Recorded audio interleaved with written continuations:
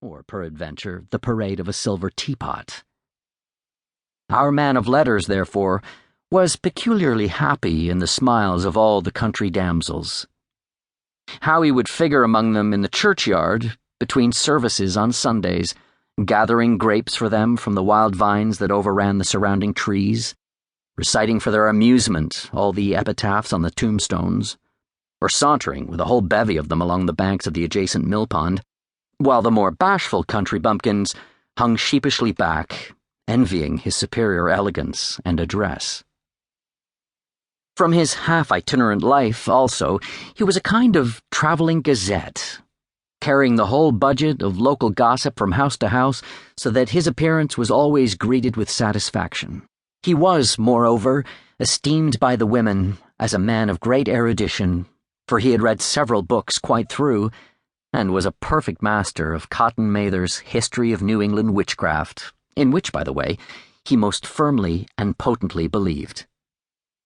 He was, in fact, an odd mixture of small shrewdness and simple credulity. His appetite for the marvelous, and his powers of digesting it, were equally extraordinary, and both had been increased by his residence in this spellbound region.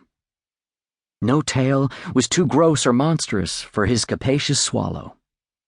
It was often his delight, after his school was dismissed in the afternoon, to stretch himself on the rich bed of clover bordering the little brook that whimpered by his schoolhouse, and there con over old Mather's direful tales until the gathering dusk of evening made the printed page a mere mist before his eyes.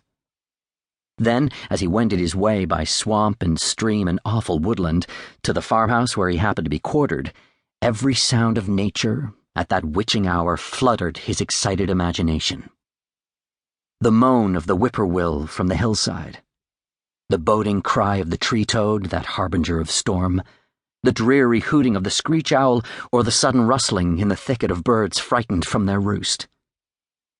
The fireflies, too, which sparkled most vividly in the darkest places, now and then startled him, as one of uncommon brightness would stream across his path, and if by chance a huge blockhead of a beetle came winging his blundering flight against him, the poor varlet was ready to give up the ghost with the idea that he was struck with a witch's token. His only resource on such occasions, either to drown thought or drive away evil spirits, was to sing psalm tunes, and the good people of Sleepy Hollow, as they sat by their doors of an evening, were often filled with awe at hearing his nasal melody, in linked sweetness long drawn out, floating from the distant hill or along the dusky road. Another of his sources of fearful pleasure was to pass long winter evenings with the old Dutch wives.